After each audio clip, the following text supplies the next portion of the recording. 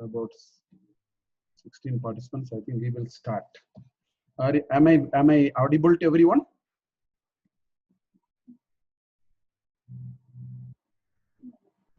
Yeah, quite a few have raised their hands. I just want to know what is the issue.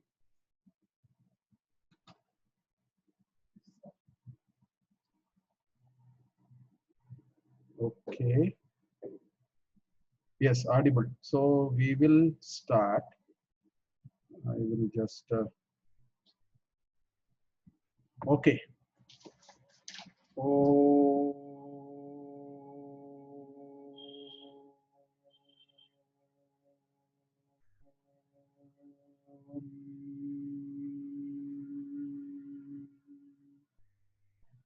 भद्रं कर्णेभिः शृणुयाम देवाः भद्रं पश्येमाक्षभिर्यजत्राः स्थिरैरङ्गैः तुष्टुवागंसस्तनूभिः व्यशेम देवहितं यदायुः स्वस्ति न इन्द्रो वृद्धश्रवाः स्वस्ति न पूषा विश्ववेदाः स्वस्ति नस्तार्क्ष्यो अरिष्टनेमिः स्वस्ति नो बृहस्पतिर्दधातु ॐ शान्ति शान्ति शान्तिः. Okay, welcome you all for this session, third in this Corona series, if I have to put it that way, the midweek session. And today I thought I will talk about the value of Vedantic life, because there is something which I am sure is happening to all of us, thanks to all that is happening now. And that is on an average, our spiritual quotient would have gone up. If it was X, it would have become X plus delta X for all of us, depending upon whatever is the value of X for each of us. Because this, at one level, you know, all this Corona appears to be like, you know, there is a big pandemic and all that. So many lives, 85,000 people have died already and so on. But on another level, I think it is pointing to something very deeper. It is pointing to all of us that there is a larger force, much bigger than all that science could do, all the military might can do, all that, you know, every innovation that can do seems to have been challenged, at least temporarily, by an unknown entity or an entity which you can see only in a microscope or something, called Corona. Now this has actually, for many of us, I think it has touched our nerve center in some ways. For many of us, it has sort of raised some issues of what is happening. We are in a heightened mode of sense making of our life, sense making of the events that are unfolding around us, and, you know, a larger sense making. So this is the reason why I thought I should talk about this topic, because for many of us, this value of, first of all, let me say Vedantic. I have used the word Vedantic.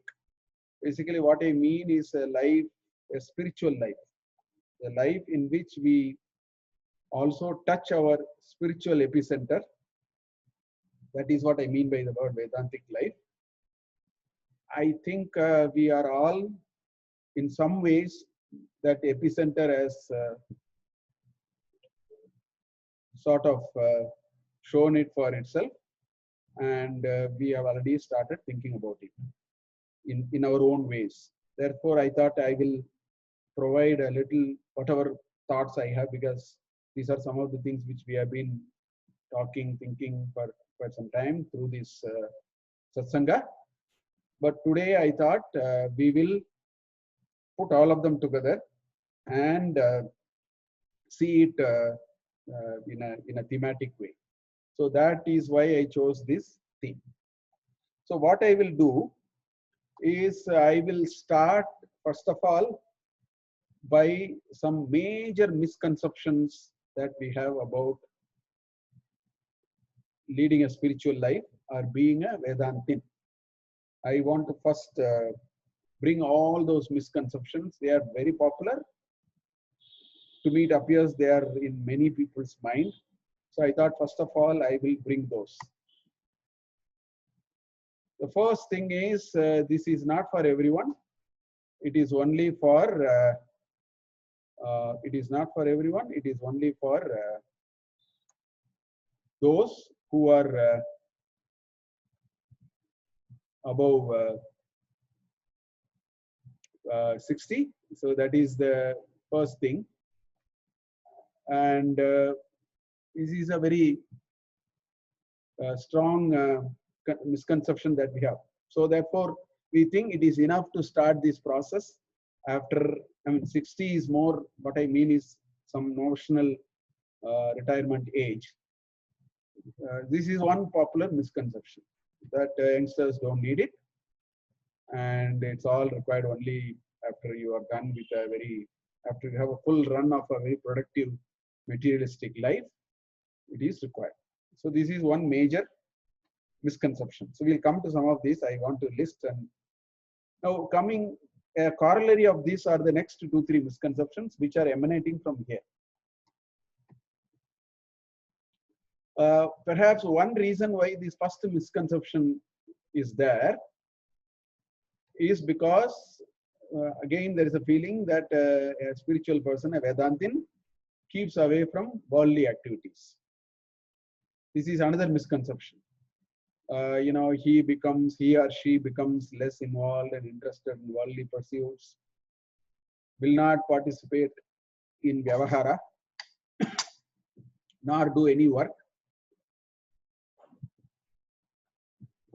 with any interest.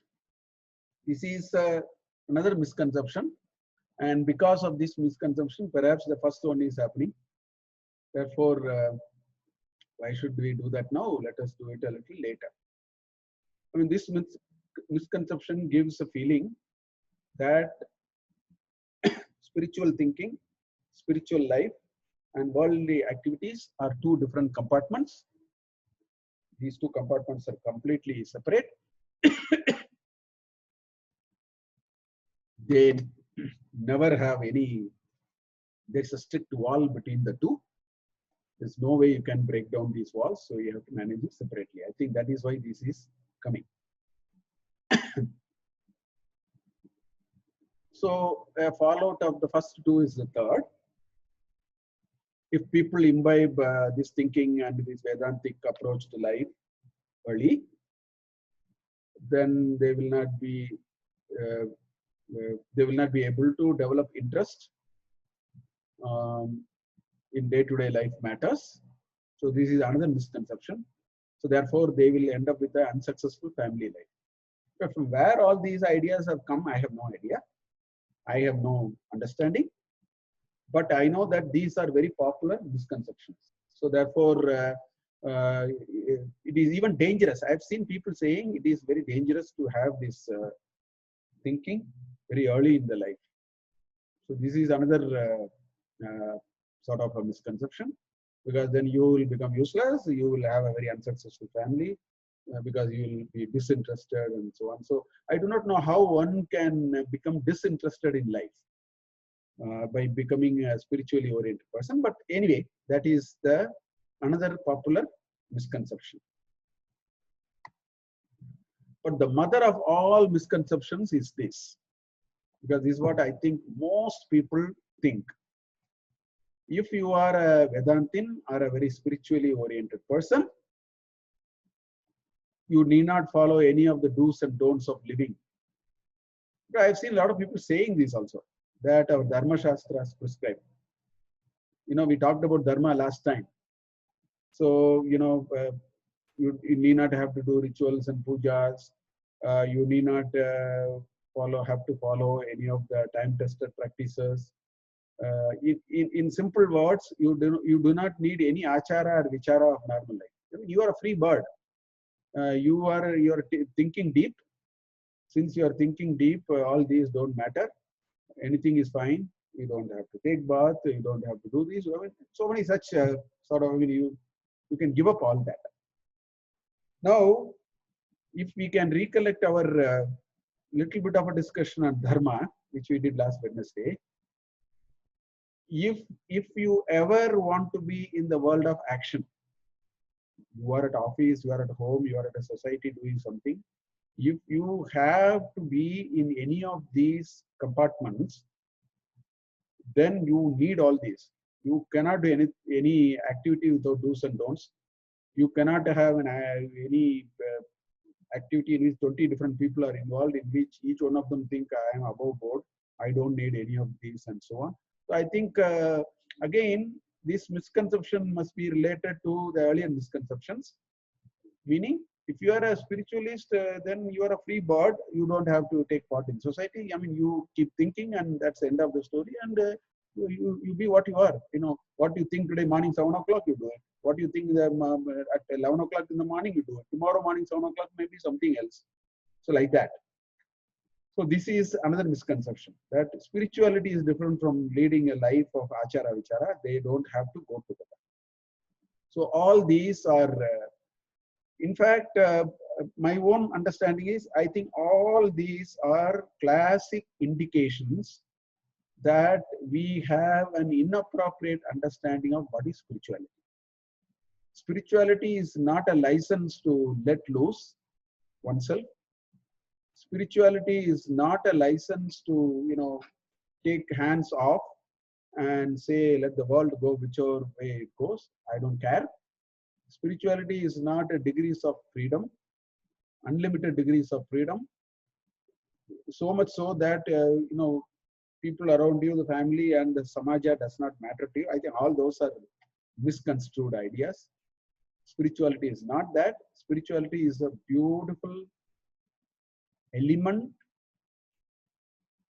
It is like two sides of a coin. Pravritti is on one side, nivritti is on the other side. Spirituality is required for us so that, notwithstanding whether we work, whether too much, whether we work less, whether we work too much, whether we work at home, working from home or working at home, whether we work at office, whether we take instructions or from somebody or we give instructions. Spirituality is all about a capability, a set of internal capabilities, which allows me at the end of the day to come and have a peaceful sleep. In a very simple nutshell, if people want to say, I want to have a peaceful sleep, they need spirituality. It has no assumptions about whether you are working, whether you are working too much, too little. I think that's different. You can't replace one with the other. So to me, spirituality is a very important aspect of every one of us, which is required. This is like, if as I was hearing in some pravachana, suddenly this comes to my mind. See, if the plane has to take off, then it has to run on the runway, leave the front nose wheel. That's a minor role. Basically, the airplane requires two tires, meaning two sets of tires at the back, which actually propels the engine actually propels these tires. The tires run on the runway quite fast, and then of course lifts. We've been hearing this. So the same way, being part of samaja, doing work and all know-how for that is called pravritti dharma, and having peace, sense of contentment, a feeling of some satisfaction, which leads us to a good sleep at the end of every day, is the second tire. If you don't have both the tires, your life plane is never going to take off. It will have mishaps. It will run off course from the runway, It will go this way, it will go that way, it will not happen. The one tire can also burst after some time. All these can happen. So therefore, spirituality is not either or option according to me. Being a Vedantin is a sensible choice that people can make in their lives. And if people know how to make those choices, such people have the two tires for the airplane to run on the runway so that one day it lifts off and develops that escape velocity, which is called moksha. Okay, so with this first preamble, that there are a lot of wrong understanding of what spirituality or being a Vedantin is all about. Let me go for the rest of the session, in which I'll bring certain aspects to the best of whatever I have thought about, to the best of whatever I know. I will share some of these thoughts. Now, the first thing I want to tell is this Vedantic thinking or this spiritual orientation is simply inevitable for every one of us. That's the first point I want to make. Look at this shloka. I have quoted this several times in many of my lectures. Bhartrihari in his Vairagya Shatakam says, Adityasya gatagataihi aharaha samkshiyate jivitam vyaparaihi bahu karya bhara gurubihi kalopi nagyayate drishtva janma jara vipatti maranam trasascha notpadyate pītva mohamayim pramadamadiram unmatta bhutam jagat. See what he is saying, Adityasya gatagataihi. Every day the sun rises and sets. Gata agataihi, gatagataihi. Aharaha, every day. Samkshiyate jivitam. Actually, our life shrinks. That's why, we can choose initially not to be spiritual, but as we start seeing the gray hair, as we have covered enough ground in our life, this point will come. Samkshiyate jivitam. Vyaparaihi bahu karya bhara kurbihi. I mean, we are very busy, but all of us at some point in time will say, what have I done? Of course, I did this, but honestly, you have your conversation with your own self, not with somebody else. We have our own internal conversation that happens to us. That time, all these questions will come. Drishtva janma jara vipatti maranam. Janma, birth, jara, old age, vipatti, some durgatana, marana, right, death. All these happens all around us. Although, it generates temporary fear, but then it all disappears. But as these things happen, it is inevitable that our journey in whatever we do will take us a little philosophical, will invariably at one stage in life, it will start asking, what am I up to? What have I come and where have I gone? These kind of questions are inevitable to everybody. It can get delayed. For some people, it can get delayed by a few janmas also. But nobody can escape this natural orientation of the thinking process because of the repeated internal conversation that happens in every one of us. More importantly, whenever crisis hits us, and we generally become more thoughtful about life. And quite often, these are the two questions and these are all, by the way, conversation with oneself, not with somebody else. We all do conversations with ourselves when crisis hits. We start asking, what did we achieve in life? What are we heading towards? In fact, this Corona must have asked these questions to us also. Thanks to all these lockdowns and all these, so many things that we took for granted have just evaporated. So many assumptions that I will do next month, I will do now, in the month of June, the month of April, everything has evaporated. so many projections that everybody have made have all been now put on the wall. Nobody knows to put a value to it. So when such kind of things happen, I mean, this is one kind of a crisis, but there can be personal crisis also. This is a crisis which hits personally, but the whole samaja also, whole society, the whole globe and so on. This will also hit us. But a lot of personal crisis, smaller magnitude, bigger magnitude, all that happens. When all these happen, invariably we will ask these questions. And all that I'm saying is when we ask these kinds of questions, we tend to realize that while of course we will be engaged in what we are doing on a day-to-day basis, there is some other thought which will start coming in our mind. There will be some other kind of mental thinking process which will begin, and that marks and that shows that yes, that process has started. Although we may not know how to give a shape to it sometimes, but the fact remains that such a process indeed starts for every one of us. Therefore, I don't see there is a choice to say I will not be spiritual.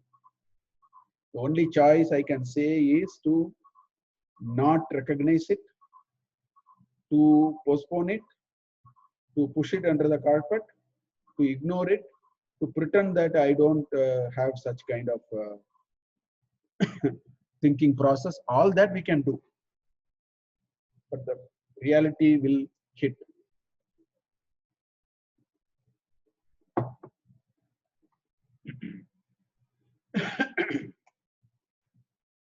In fact, there are many more reasons why this really happens. Let's look at our own life. Let us look at our own life journey. Actually, all of us, we spend a lifetime on searching the goal of our life. In fact, this starts very early. You know, as a student, we set our own goals, and then we grow up, and then we keep on setting goals.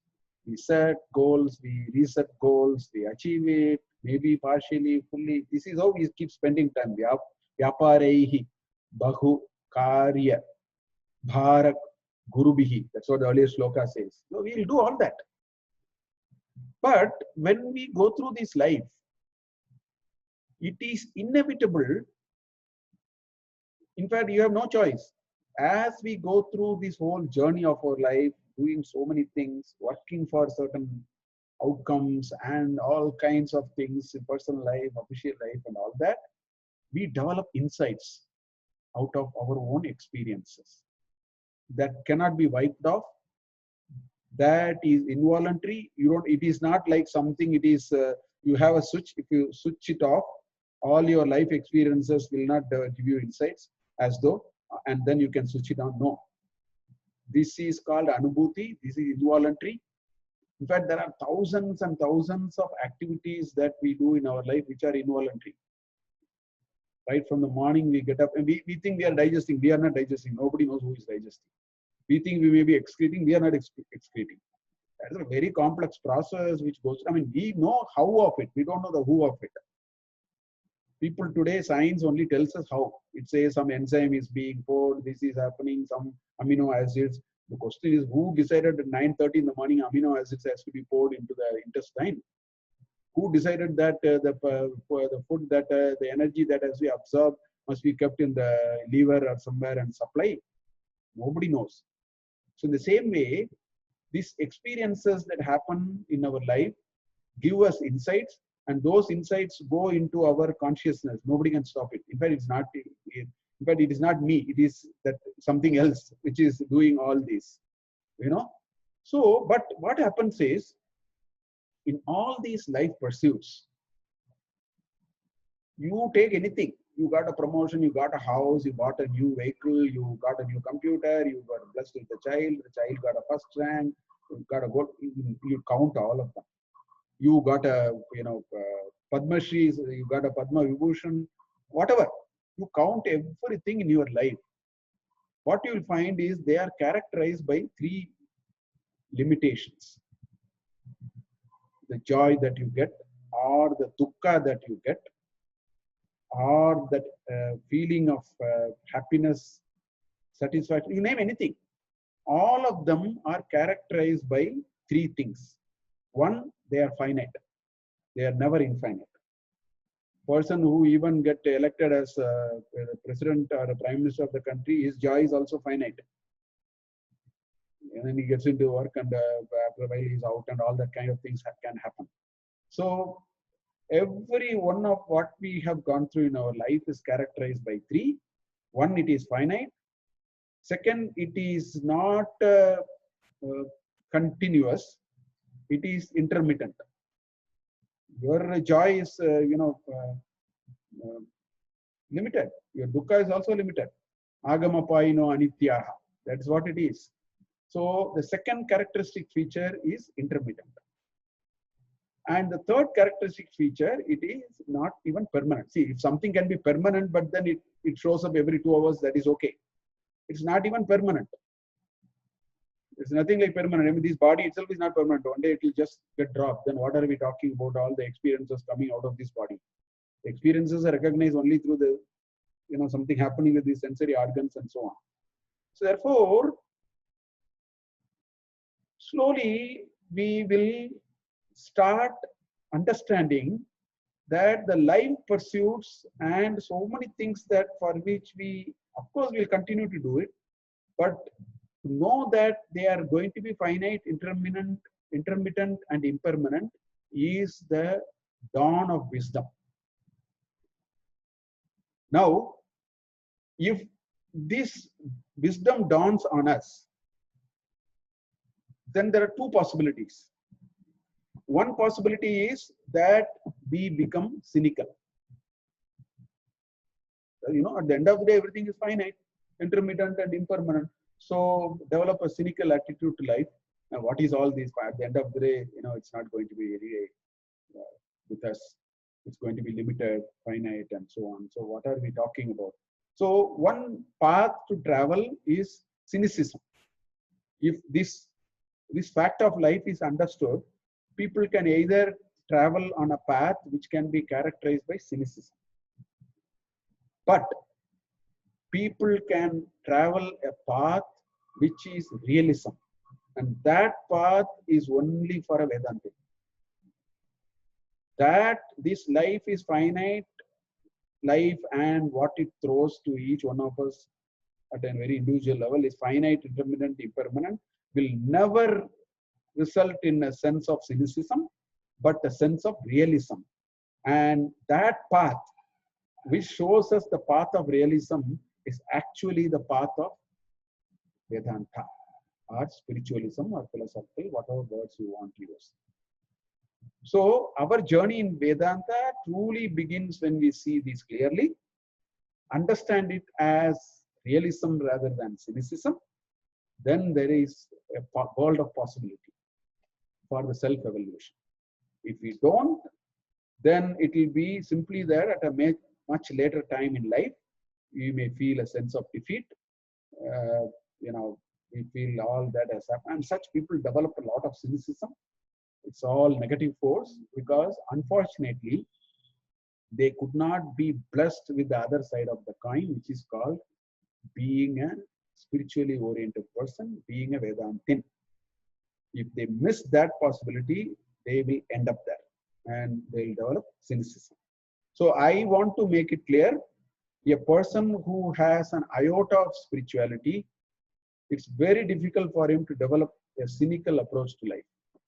Very, very momentarily such sort of feelings can come. It can all be very momentary and it will disappear. That person will be very realist. He'll understand events as realism than cynicism. He will have his own mechanisms of taking it and going. That's precisely what we want, to come home and have a good sleep. So that's where the whole life journey must teach us. And we need some broader understanding of what is this spirituality, so that we are able to associate events and outcomes to that, and then we can really have a realistic way of going. There lies the promise of self-evolution. There lies the promise of a more stable sense of contentment and happiness than what we may be experiencing currently. So being spiritual, so what, is a question that might come. So one way to sort of answer that is, these are all my own axioms which I use based on my own little thinking and reading and so on. If some person is spiritually inactive, I already told he'll be cynical. He will be cynical. For that person, life throws a lot of negativity. That's already I have told. This is over and above that. Boredom, there are a lot of people who say it is boring, boring, and boring. And boredom is actually an indication of spiritual inactiveness and spiritual emptiness of the mind. When the mind is spiritually empty, only then this notion of boredom captures the mind. Dilemmas in life are spiritual impotency. Uncertainties may be there in life. Dilemmas in life are different from uncertainties. Our ability to handle uncertainty, take certain decisions with courage and conviction and shraddha comes out of a spiritual existence. That's why I'm saying dilemmas in life are spiritual impotency. Being paranoid is spiritual laziness. In fact, people who are bereft of spirituality will have huge paranoia. You know, corona means they'll think every moment they'll think I'm going to die. As though corona is just I'm going to. I mean, of course, we have to take a lot of precautions and all that. But if you have that spiritual thing, after taking precaution, all precautions, your mind will be very clear. This being paranoid is another expression of spiritual inactiveness in people. It's spiritual laziness. And I believe people who have huge confusions about life goals and achievements are people who have unfortunately not opened up that toolbox called Nivritti Dharma. They are just operating only on Pravritti Dharma, which is all about work, outcomes, rewards, benefits, sukha and dukkha, and keep on rotating within that. On the other hand, if somebody is spiritually active, I think that person, contrary to the misconception that he'll throw his hands, he will not start doing any work. These are all very, armchair ideas and understanding. Spiritually active people will be very enjoyable work attitude. They will have a very enjoyable work attitude. They will be part of it. They will be part of life. Do whatever they want to have to be done. They will really enjoy it.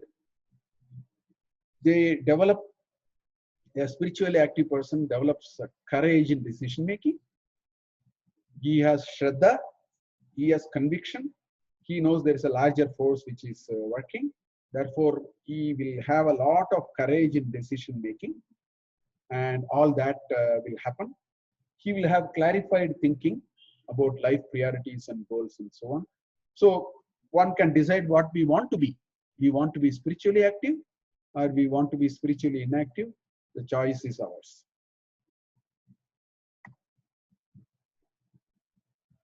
So if we say, no, let's become very spiritually active, then the question is, what does it mean to be a Vedantin or a spiritually oriented person?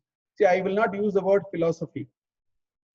Philosophy is just a piece of knowledge.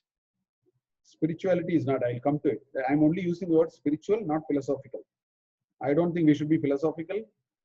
I'm saying we should be very spiritually oriented. Philosophical means something else. I'm not getting into that at all. So, the first thing that means to a philosopher, for a spiritual person, is he will not while away his time on something else and others. The first hallmark of being spiritual is that they understand it is an agenda for myself, agenda for oneself. It's not about X, Y, or Z. It's not about what X is saying about me or X is saying about Y or Y is saying about X to me and all those. I mean, you may be hearing all that, but that's not what you may want to actively process. You will take it here and it goes here. You're part of the society. You will do it as required to be done as part of your job description. It is not going to be used for any deep processing and making judgment of X, Y, and all that. For Vyavahara, what is required, we have to do. Beyond that, it will not go anywhere near. It's an agenda about oneself. And a spiritual journey is all about a desire to know the quintessential truth of what we see in our experience. The world throws experience to us, to each one of us, which is all very unique. There is this innate desire to see the quintessential truth behind it. That is the journey, that is a mindset of a true spiritually oriented person. It's a method of deep introspection and self-reflection. It's not so much about right or wrong. It is a constant journey of doing it, because it will polish and polish. Let it take time. It will polish and polish. But this process is very important. As events happen involving you, involving others, where you may be at fault, somebody may be at fault, so many things happen. They are all to be for deep introspection and self-reflection, not for any other sort of purpose and reasons and so on. As I told, a positive curiosity about life. It's not at all cynicism. It's a beautiful realism of life that we will make sense of. I mean, if you ask me how to articulate, you ask me, I cannot even articulate many of these, but I know these are some of the things that may happen to everyone. Now, I'm sure many of you are already going through it. I don't want to give an impression I am somewhere sitting here and I have got all the experience. I'm telling you, it's not like that. I have been thinking, I'm sure many of us are thinking the same way, and I'm sure we will have our own understanding of these. I'm sure all of us have it in our own ways. But the most important point is being spiritual is all about an agenda about oneself. The world around us becomes incidental. World around us only gives us the content, not the context. Context is set inside, and that's how we have to start seeing the world. That's where a spiritually oriented person goes about in the world. So the Vedantin's pathway, the goal is liberate, attain a sense of permanent, because we realize it is impermanent, intermittent, temporary, all that kind of things. So that will start telling us, no, we should look at something which is much more lasting. Therefore, the goal is to liberate, attain a sense of permanent fulfillment and joy. To put it in any other way, to desire to have the last sleep peaceful and the everyday sleep also very peaceful. Simple goal, I'm saying. And it is very existential. It's not an ivory tower idea. It is not a fancy idea to read a book and sort of make sense of what it is not. It's all about revolving around who am I? As Bhagavan Ramana Maharshi keeps on pointing to people whenever they ask, he points to this question. It is all an existential part in terms of who am I. The moment you ask who am I, then the question is, where did I come from? Where am I here? Where am I going? Can I make sense of it? And what does that mean? What does this path and trajectory mean? The moment we say all that, then Punarjanma and karma and vasanas and samskaras, everything will come. That is the science behind all these. Those are the related knowledge about me. Punarjanma is about me. Karma is about me. Vasana is about me. Samskaras are about me. Everything is about me. The world may be involved, but it is about me. That's why these are the auxiliary methods by which I keep searching this existential question of who am I. The methodology is very unique and different. First of all, it is absolutely a solo journey. Even a guru can only be a catalyst. Guru can only facilitate the process. But the process, I own it. I take charge of it. I go through it. Everything is mine. It's not hereditary. I very frequently quote this. A great seer's, Gautama Buddha's father can never be a Buddha. Son may not be even a Buddha. It's not that. It's not heredity. Heredity is only for my voice, my skin of the color, my height, my facial features. Or hereditary works only on physical matters. This is a linga sarira. This is not hereditary. It is not even biomedical or by all that, bio and all that, DNA and all that. It is much different. That's why it is very unique. No joint effort. Joint efforts are only can facilitate. It doesn't give us take us to the path entirely. The means of knowledge are very different. The entire Upanishad talks about it. I am not going to get into it very in great detail. It's all Atma Vidya. Atma Vidya is not like calculus or mathematics or chemistry or nuclear physics, where you can read, memorize, commit it to your memory, try it a few things, nothing like that. You don't need in fact, this journey happens in spite of all these indriyas, karmendriyas and jnanendriyas. They can only help, but they don't drive the process fully. Process is elsewhere. So if that is what it is, then there are certain implications that we have, which we need to be aware of. First thing is the inner world is the playground. It's not the outer world. The outer world can give us a great amount of raw material, but it doesn't happen there at all. A spiritual journey never happens in the outside world. I think this is another misconception. I think spirituality is all about, sporting oneself, presenting oneself in a particular way, impressing somebody with a certain look and feel and a certain company. And no, nothing of that. The playground is not at all outside. The playground is inside every one of us. So it is a crucial difference between world of contemplation versus world of action. Spirituality is all about contemplation, not about action. Actions and all happening, they are all a different department, and they should coexist. You cannot switch it off in lieu of this. That's not what it is. I am saying there are two different processes which are running in us. World of action belongs to the playground is the outer world. World of contemplation, the playground is the inner world. So it is world of contemplation and not world of action. This is what spirituality means. Second is the most important thing. This is another misconception. People think spirituality means I read this book, I know this mantra, I know this Upanishad upside down. That's not. Spirituality is that parts per million you get out of all that knowledge into your experience. Experience alone leads us in spirituality. Knowledge can help us acquire that experience, but knowledge is not by itself spirituality.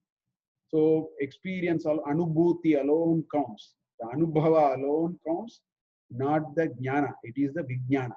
Jnana is not what it is vijnana. Visishta jnana, which is what has happened to me inside after all this. That's why the experience alone is the useful thing for us. It's all about world of contemplation, which means the playground is inside, not outside. This is the first thing.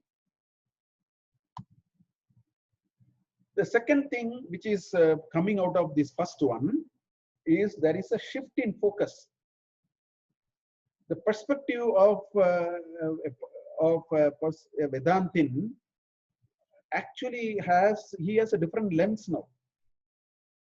The different lens are, there is something called Vishaya and Vishayi. See, there we gather a lot of Vishaya. This somebody said this, somebody did this. It happened to this, somebody commented on you, you got this award, you did not get your promotion. These are all called Vishaya.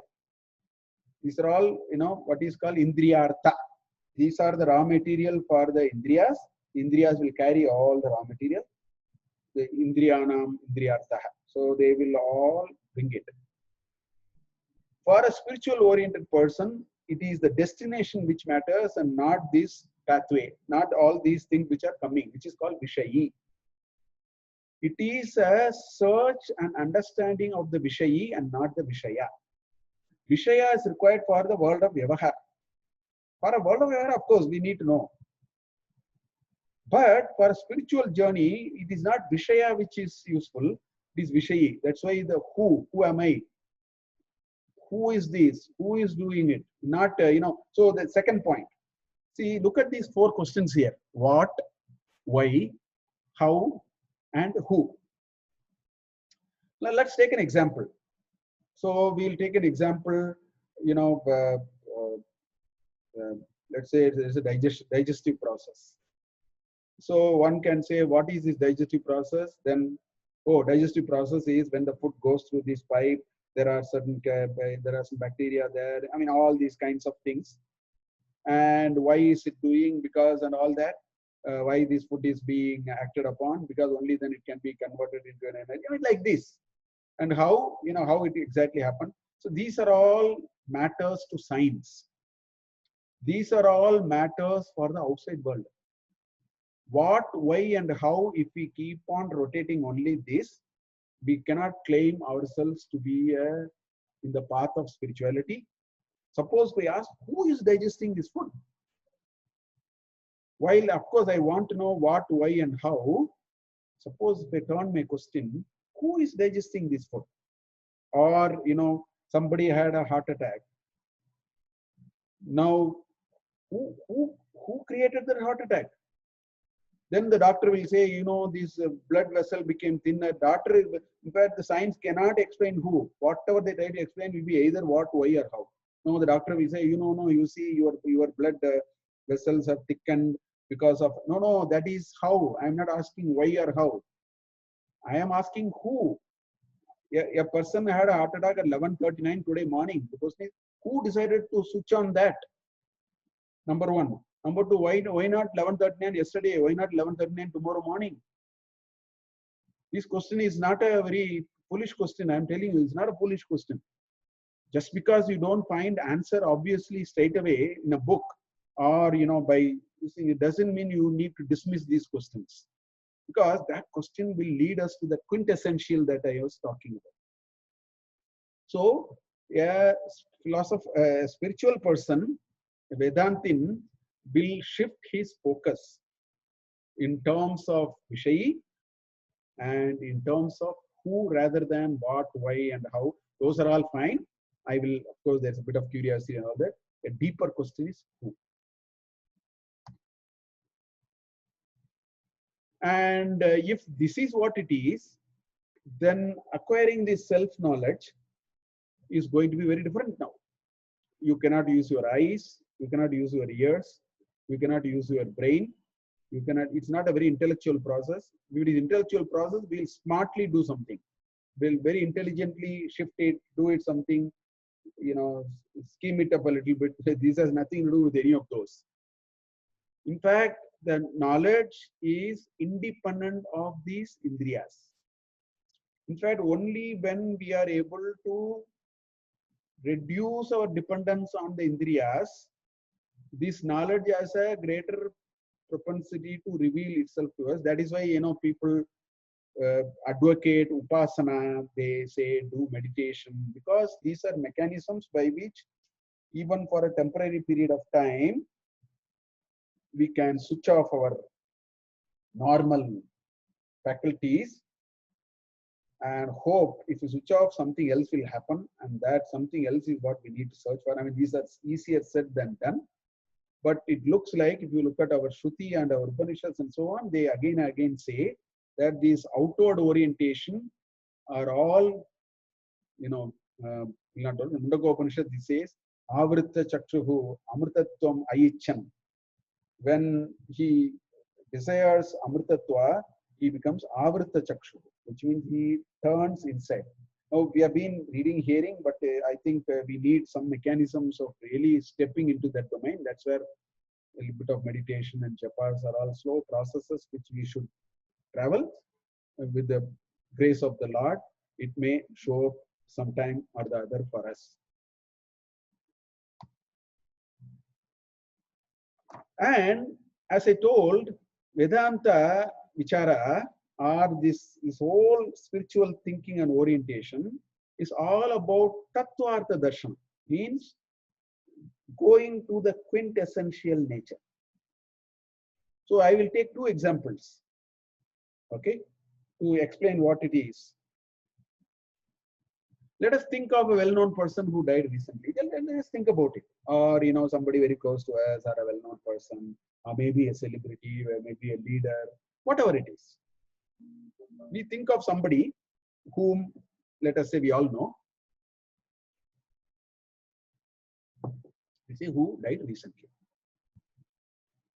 Now, this event can be understood in many ways and can be taken up in many ways.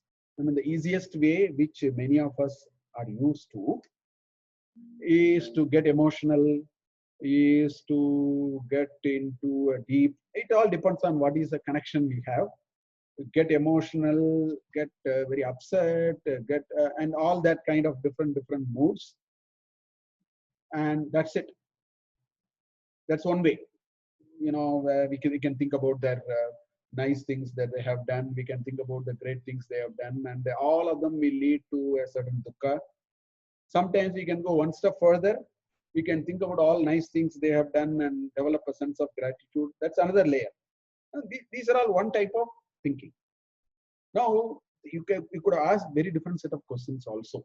For the same event, we could have asked very different set of questions. For instance, we can ask, from where did that person come? We can ask that. I mean, there's nothing wrong in asking this question, because if you ask this question and seriously, and you started committing your own thinking, from where did this person come? And if I take this question seriously, what will happen? Well, after a little bit of thinking, the first easiest answer I can give is he came from the parents. So he is the son of so and so, daughter of so and so. This is the father's son. If you scratch this question a little bit more, oh no, they came from the vitality of their parents. We can even get there. But if you don't leave this question at that level and keep on asking, then we can say, no, the vitality came from the food that they had. Food gave them the vitality. So that means this person ought to have come from that food. Now, if you pursue this question even more and deeply and so on, we'll come and say, no, the food came from the plant kingdom. So therefore, one way to say is this person came from the plant kingdom. And then if you ask, where did this plant kingdom come from? Then one can, keep thinking and come perhaps to some kind of a sort of an understanding that, oh, this whole plant kingdom came from the Panchabhuta. It came from the universe. I mean, I'm skipping many. What I'm saying is, for a same event, we can have different set of questions. One question can lead us to emotions, sukha and dukkha, sense of gratitude, happiness, sadness, and all that. We can end there. While that can be done, I'm not saying that should not be done. But I'm saying, if you ask where from, because this is what Rama told Bharata. Rama told something like this to Bharata. When Bharata came to, Bharata's ashrama, and then from there, Chitrakuta and all that. Then he said, you come back to Ayodhya, I am giving my kingdom and so on. Rama simply said, all these brother, either father, mother, and all, you keep it. Don't overdo that while they are all fine for a certain limited thing. You understand life is much bigger, like a water flowing and two logs of wood coming, joining and going for a while and then separating and all that. That takes this understanding to a larger plane. And that larger plane may make us think about who am I. All these lead us to the same question to me also. Who am I? Where from I have come? What is all this? So that is called the Tattvartha Darshana. We need to endure many things that who go to the deeper things of life. That is a good way spiritual thinking actually develops in us. But if you look at our Shruti, our literature, you find plenty of references to such kind of passages. I want to quote two of them. And then we can ask the question, where did the person go? That's equally an important question. Because Krishna very clearly said, Nasato vidyate bhavaha, na bhavo vidyate sataha, ubayor api drishtvantaha, tu anayoha tattvadarshibhihi. That Tattvartha people will know when they understand that existence cannot become non-existence. Non-existence cannot become existence just like that. So therefore, if somebody existed in front of me for a certain period of time, and the Lord invoked a concept called death, the question I will ask, I will not say it disappeared. I mean, it disappeared in front of me, that's okay. But what is existence cannot become a non-existence. Gita, Krishna is telling us. I will have Shraddha on that and go after it. Na asato udyate bhavaha, na abhava udyate satah. Therefore, the question of where did this person go is equally an important question, not a silly question. Now, after a while, I can replace that person. I will put I there. Where did I come from? And where am I going? So these are things which opens up our understanding. These are not a fancy question to while away time, escape something, or get into some wishful and creative thinking. No. These are things which opens up our arena of understanding of life, which brings a greater understanding of what is called Tattvarthas. So that's why that Tattvartha Darshana has to happen by these kinds of methodologies, which internally we need to process all these internally. You can't, do it with others. This is a process running inside for a person who has a little spiritual orientation. So I'll take some examples from Shruti to say how Shruti is full of these kinds of examples. So this is from Taittiriya Upanishad. It says that where did this person come from? Tasmat va etasmad atmana akasha sambhutah akashad vayuhu vayoragnihi agnerapah adbhyah prithvi prithivya oshadhayah oshadibhyonnam annat purushah sava esha purushonnarasamayah यस्येदमेव शिरः अयं दक्षिणः पक्षः अयमुत्तरः पक्षः अयमात्मा इदं पुच्छं प्रतिष्ठा तदप्येष श्लोको भवति. This is in the second chapter of Taittiriya Upanishad, Brahmanandavalli. So it says where from people are coming. Tasmat va etasmat atmanah, from that ultimate Brahman. Akashaha sambhuta. This space was created. Akashad vayuhu. With space, the Vayu also was created. Vayu also requires a space, by the way. As every unit is added, they require all the previous units. Please understand. Akasha, then Vayu. Vayu requires a certain space and a property inherent to Vayu. So that's now we have two elements. Vayor Agnihi. Agni requires space, it requires the gas, and it brings another attribute called some heat or something, or light, something. So it's a third element. Agnerapah. Then comes water. Water requires space. Water requires those, sparsha, shabda, sparsha, rupa. The Agni brings rupa, and apa brings rasa. Adbhyah prithvi. Prithvi requires all the five. It requires shabda, sparsha, rupa, rasa, gandha. It requires space, it requires vayu, it requires agni, it requires apa. Along with that, it creates what is called prithvi. So the five elements from which Panchabhutas come. Prithivyaha Oshadayaha. From this Prithvi, this Oshadi Vanaspatayaha, this plant kingdom comes. Oshadi Bhyonnam. The food, the entire food comes primarily, it starts from the plant kingdom only.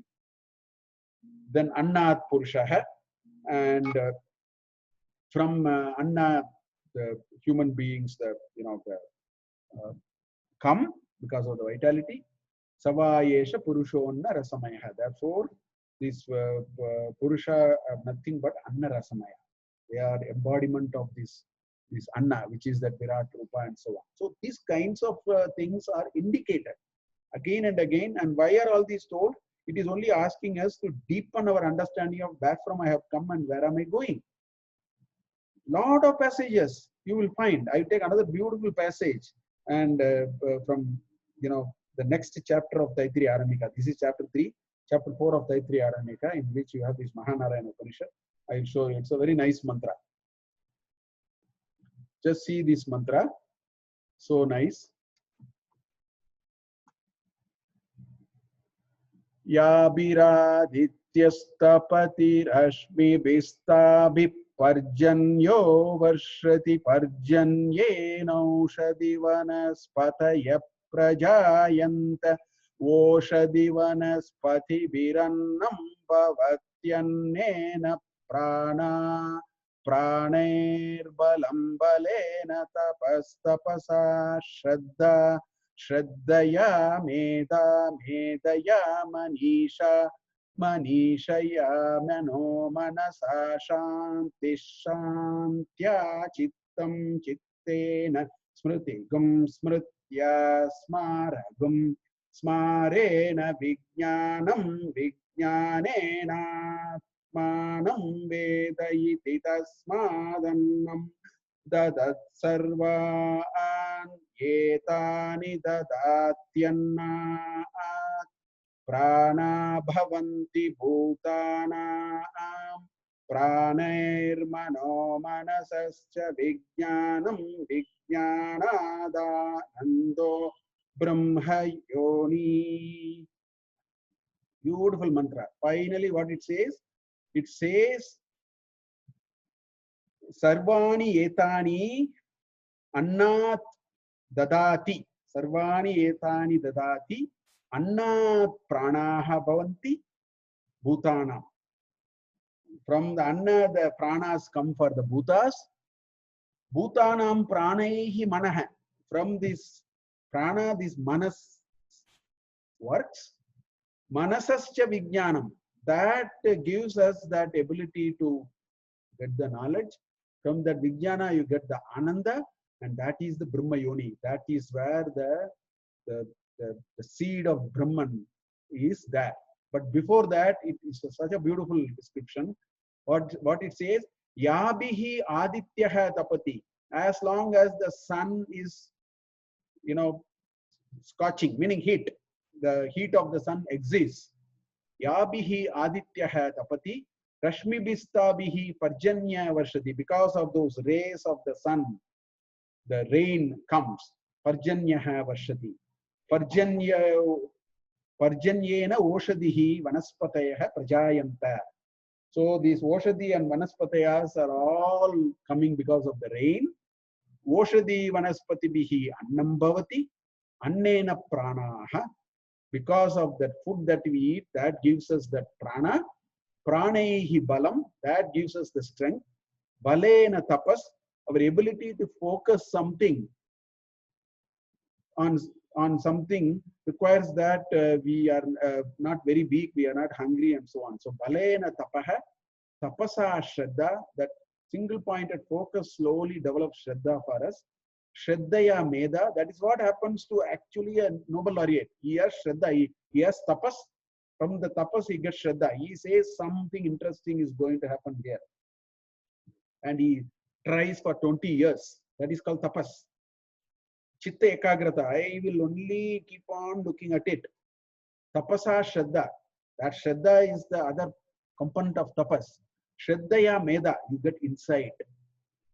Medaya manisha, the thought comes. Manishya manaha, that forms your state of mind. Manasa shantihi. Shantya chittam. Your vasanas and your all that, your database of memory and all that is all now improvised because of this. Chittena smritihi. Your memory is frequently recalling that. Smritya smaraha. That it's always, it is anubhuti that happens. And smarena vijnanam.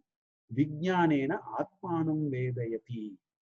So, answer, how do you find Brahman? Sun has to shine. See the profundity with which they have connected things. They have taken us to such a level. So, this kind of passages are only telling us that part of our spiritual journey is to constantly keep inquiring deeper and deeper within us, not outside. The self-reflection and contemplation is going to reveal us the truth, the Tattvartha Jnana. So that is why I wanted to show you two beautiful examples which bring out this idea. Yabir Aditya Stapati. You start from there, and it says Brahma Yoni. Your ability to find depends on sun is shining and then rains are happening and so on and so forth. In fact, in Bhagavad Gita, if you remember, there is a 14th sloka in chapter 3. It says, Annad bhavanti bhutaha pajanyat anna sambhava. Bhagavad Gita always says it in a very concise way. If you want to understand that, you have to come to this passage. That one shloka you have to understand, you have to come to this passage. This passage explains that shloka very nicely. Annad bhavanti bhutaha pajanyat anna sambhava comes here. Of course, it gives a lot more details of how do we develop this superior thought in us and how do we actually understand that realization of who I am and so on. That comes so beautifully here. So, all that I am saying with these two examples is a spiritual journey is self-reflection, deep questioning, and a journey to sort of go deeper and deeper to understand the larger principle of the world and the life and things around us. That's what, in fact, makes us even better to step out back into the world and do things that we need to do. Such people don't run away. They only get a little more clarity to get out and then do what they have to do. So this idea that somebody becomes spiritual, he'll run away, that means they're half-baked spiritual people. They have not understood what is spirituality. They have some weird understanding of spirituality as one of those, udara nimittam bahukrita veshaha kind of ideas. That's not what it is. It's a deep reflection which enables us with more insight of life.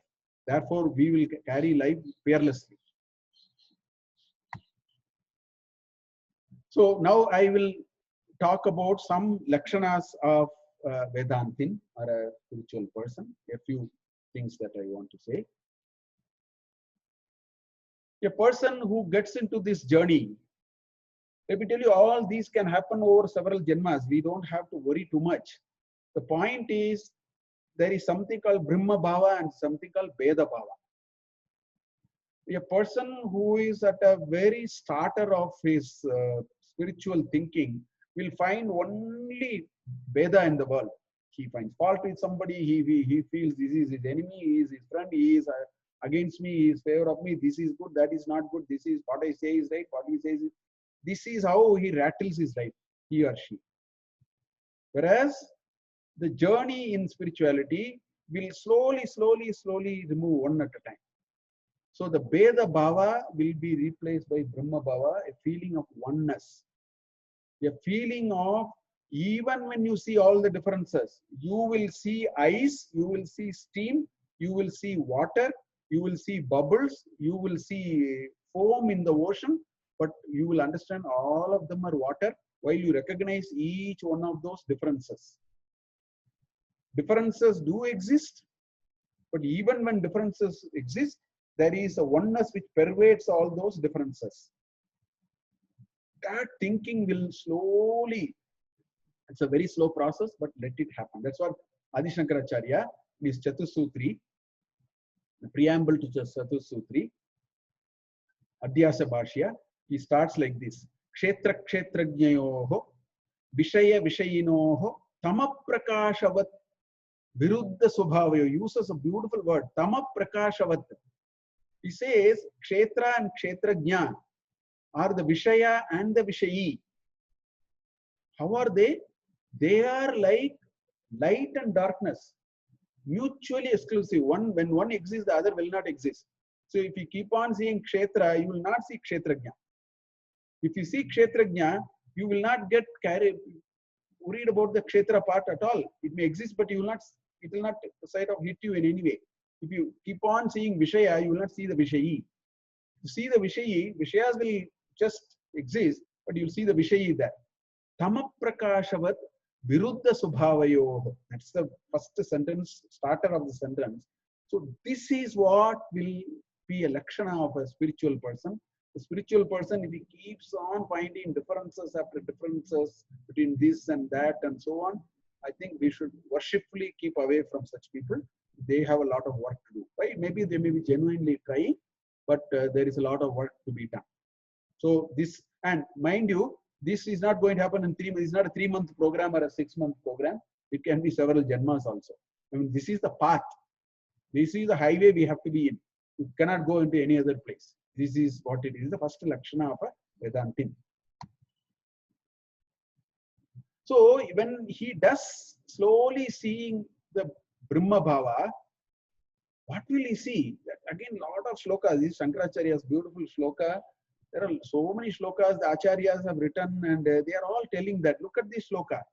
Jagrat Swapna Sushuptishu Sputatara Ya Samvid Ujjumbate Ya Brahmadi Pipilikanta Tanushuhu Prota Jagat Sakshini Saivaham Nacha Drishya Vastu iti Drida Prajnapi Yasyasti Chet Chandalostu Satudijostu Guruhu iti Yesha Manisha Mama. He says Jagrat, Swapna, Sushupti, waking state, dreamless state. In all these, there is something which is shining, which is Ujjrambate, which is popping up. It is popping up in different formats. If you read Mandukya Upanishad, you will find that there are 3 different names: Taijasa and Prajna, and these kinds of 3 different names are there. Vaishwanara, Prajna, and Taijasa. They take different names, but the same thing which is popping up. Ya Brahmati Pipilikanta Tanushu. Right from Brahman to the small little, Pipilika, the ant or one-celled amoeba, everywhere that is the quintessential nature. Prota Jagat Sakshini. Saivaham, Sahaevaham. Nadrishya Vastu, not the differences I see. I will see foam, I will see wave, I will see ocean water, I will see clouds, I will see ice, I will see steam, I will see ordinary water in a bottle, but I will see water behind all that. Not the Drishya Vastu, something behind that. That's the Tattva. So like this, so many shlokas are there. They are only pushing us to this thinking of how do we slowly uncover our Veda Bhava in lieu of the Brahma Bhava, and this is a work in progress which we must keep on trying, keep on doing.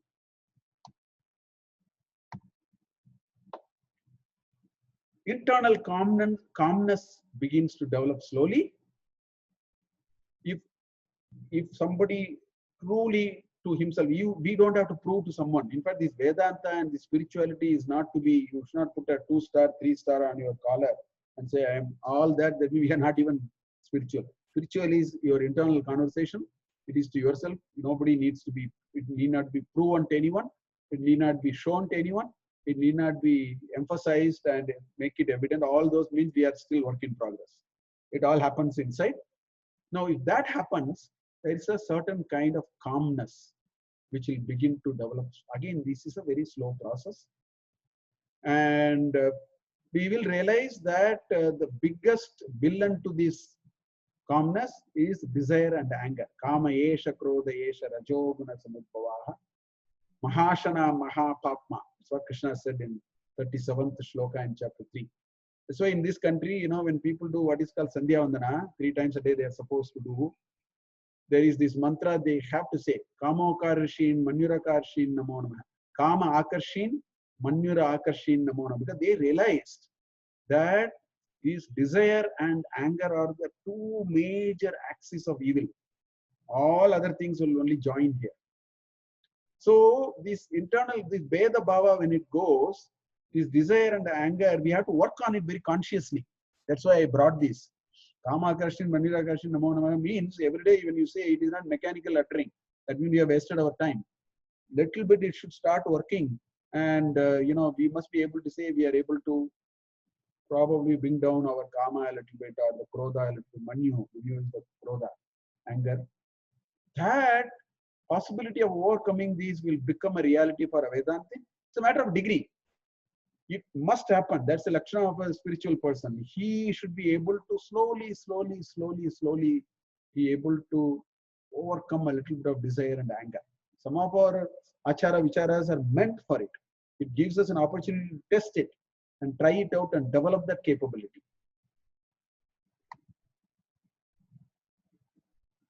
Third lakshana of a Vedantin is active engagement in the outside world and active internal inquiry.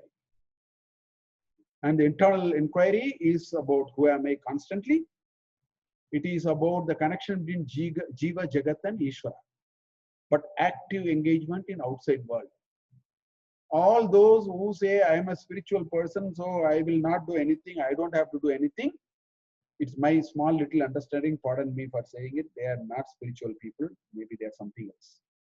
A truly spiritual person will be a karma yogi. He will say, I need to work, I will contribute in whichever way. I can choose how to contribute, but I cannot choose not to contribute. I cannot choose to say I am a spiritual person, I will not to do this, I don't have to do this, no rules apply to me, I don't have to do this, do that. To me, all those are half-baked ideas of spirituality.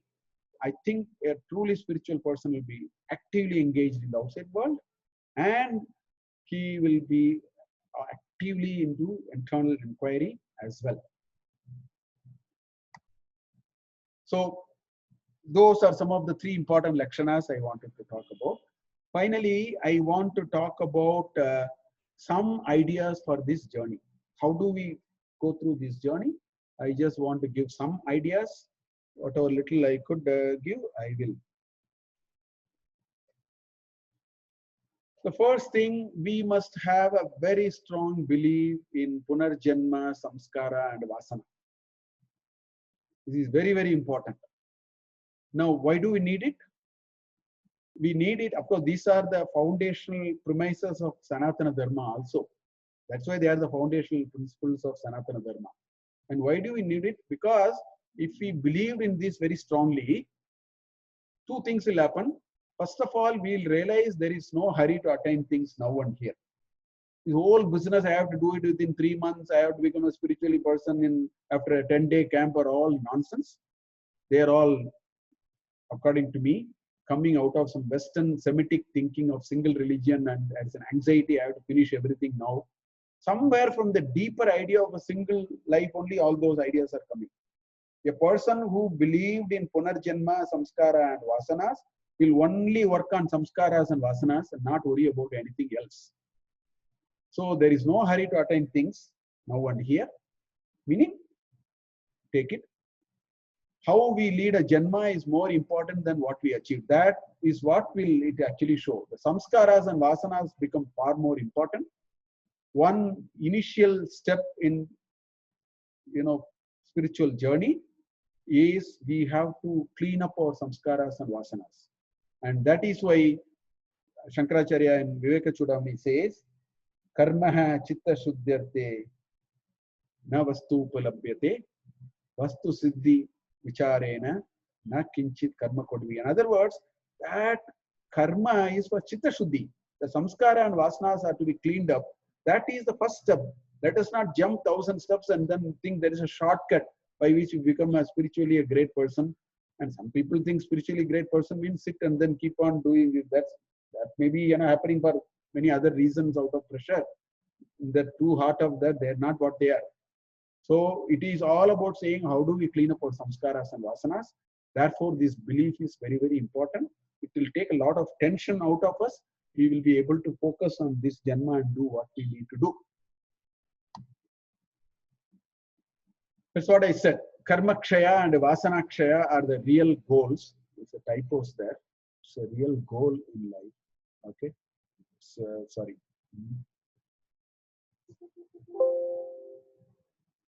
If I don't change it, it will remain like that. Sorry.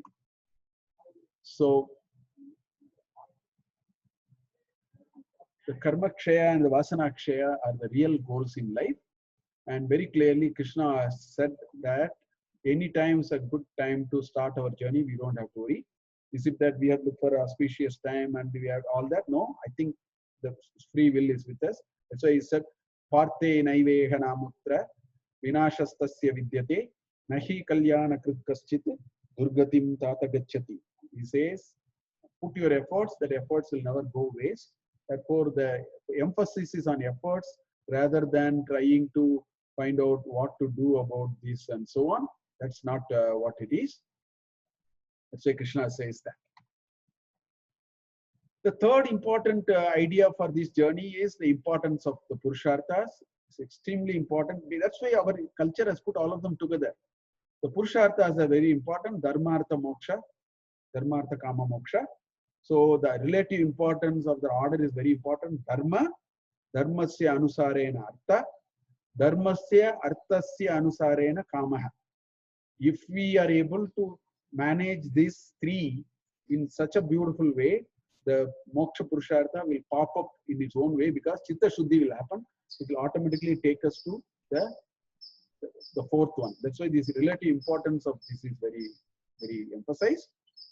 The value of karma yoga, which is very important, because the only way, I mean, Krishna has talked about it in great detail in entire Bhagavad Gita is about this. I cannot imagine anybody to become a very spiritually nice person and evolving person by throwing away all the work, doing irresponsible work, cheating people and doing smart work, running away from work, doing kamchor. All those are all short circuit this journey of spirituality. That's why that person will actively engage in the world. He will understand this is the path for him for Chitta Shuddhi. Therefore, there is a phenomenal value of karma yoga for a Vedantin, for somebody who wants to be in sort of this journey of spiritualism. I very strongly believe that the importance of daily rituals are very useful. The japa, the meditation, the devotional pursuits, the food habits, all of them are beautiful sort of mechanisms by which you muscle up. See, a person who wants to run, Olympic and win a gold, he can't be just sitting and reading books and books about when does the Olympic starts, how do people actually run, how do they get the gold medal, when do they start, in which way they run. They're all waste of time. That person must do daily workup. He must clean up his food habits.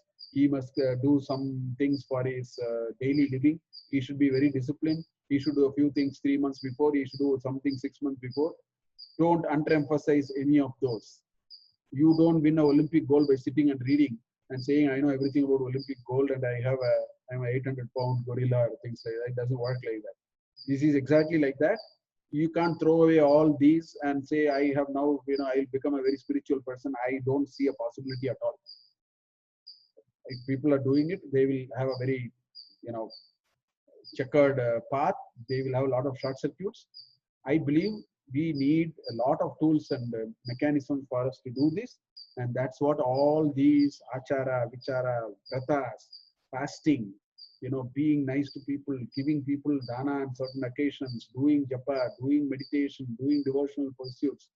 I don't think we can take out all that. If you can't do all that, I think this journey will be very challenged, according to my opinion. Therefore, that misconception, the mother of all misconception, you can give up everything and become spiritual. At least to me, I don't see any possibility there. Okay, so I would conclude this thought by saying that nobody can escape from this path of Vedanta or being spiritual, because I think it's a Prakriti Vishesha for us, for our self-evolution. It's a very natural process for us. We can at best postpone it by a few janmas, as I told. I don't think we can get away from that. And also, I want to tell, every moment is an auspicious time to start this process. Now, the kind of calamities that are hitting us are the most auspicious and a natural time for us to seriously think about this. As I told you, it's a solo journey. I think we all need to take our own, position on it. We need to think about it and take our own views. I think these few words, Om Tat Sat, I will say, and I will close today's session with a Shanti mantra again. Om Purnamada Purnamidam Purnat Purnamudachyate Purnasya Purnamadaya Purnameva Vasishyate. Om Shanti Shanti Shanti Hari Om. Thank you.